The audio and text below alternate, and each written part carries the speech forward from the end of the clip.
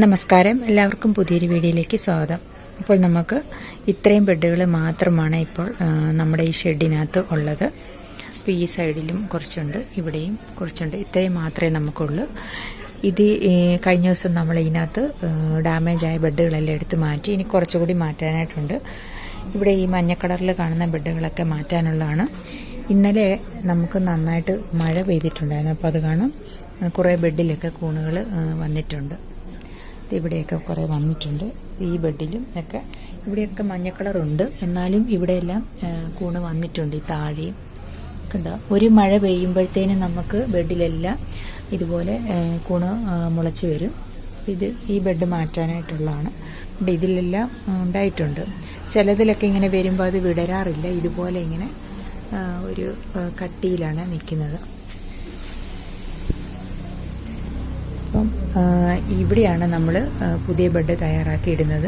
അപ്പോൾ ഈ കയറെല്ലാം നമ്മൾ ഡെറ്റോളും കൊണ്ട് നന്നായിട്ട് ക്ലീൻ ചെയ്തിട്ടിരിക്കുകയാണ്. ഇതാണ് ഈ ഭാഗം, ഇത്രയും ഭാഗമാണ് നമ്മൾ ഡാർക്ക് റൂമായിട്ട് ഉപയോഗിക്കുന്നത്. ഇവിടെയും കുറച്ച് ബെഡുണ്ട്. ഇവിടെയും ഇതുപോലെ ഇത് കണ്ടോ, മഴ പെയ്തുകൊണ്ടാണ് ഈ ബെഡ് ഇത്രയും ഡാമേജ് ആയിട്ടും കൂടി ഇതിൽ നിന്ന് കൂണ് വന്നിട്ടുണ്ട്. പിന്നെ ഇവിടെയും ഇതുണ്ട്, ഇവിടെയും നിന്നൊക്കെ വന്നിട്ടുണ്ട്. അപ്പം നമ്മൾ ഈ നമ്മുടെ ഈ വിത്ത് നമ്മൾ കുമരകം കാർഷിക ഭവനിൽ നിന്നെടുത്ത വിത്താണ്. ഇത് വളരെ നല്ല വിത്താണ്. അതുപോലെ അറക്കപ്പൊടിയിലാണ് നമ്മൾ ചെയ്തത്. അറക്കപ്പൊടി ചെയ്തിരിക്കുന്നതുകൊണ്ട് നമുക്ക് ഇടയ്ക്കെല്ലാം ഇതുപോലെ കൂണ് നമുക്ക് ഉണ്ടാകുന്നുണ്ട്. അപ്പോൾ ഇവിടെയും ഇത് കണ്ട്, ഇവിടെയൊക്കെ ഉണ്ടായിക്കൊണ്ടിരിക്കുന്നുണ്ട്. ഇന്നലെ മഴ പെയ്ത് ഇപ്പം ചെറിയൊരു തണുപ്പൊക്കെ ഉണ്ട്. അതുകൊണ്ടാണ് ഇങ്ങനെ ഉണ്ടായിരിക്കുന്നത്.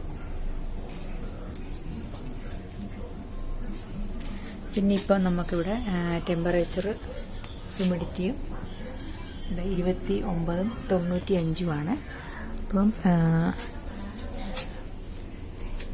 നമ്മൾ നല്ല രീതിയിൽ അണുനശീകരണമൊക്കെ ചെയ്തതിന് ശേഷം അറക്കപ്പൊടി നന്നായിട്ട് ആവിയിലൊക്കെ പുഴുങ്ങിയെടുത്തതിന് ശേഷം നമ്മൾ ബെഡ് തയ്യാറാക്കുകയാണെങ്കിൽ നമുക്ക് അതിൽ നിന്ന് നല്ല രീതിയിൽ തന്നെ വിളവ് ലഭിക്കും. അപ്പോൾ ഇന്നത്തെ വിശേഷങ്ങളൊക്കെ ഇത്രയാണ്. അപ്പോൾ അടുത്തൊരു വീഡിയോ ആയിട്ട് വരുന്നത് വരെ ബായ്.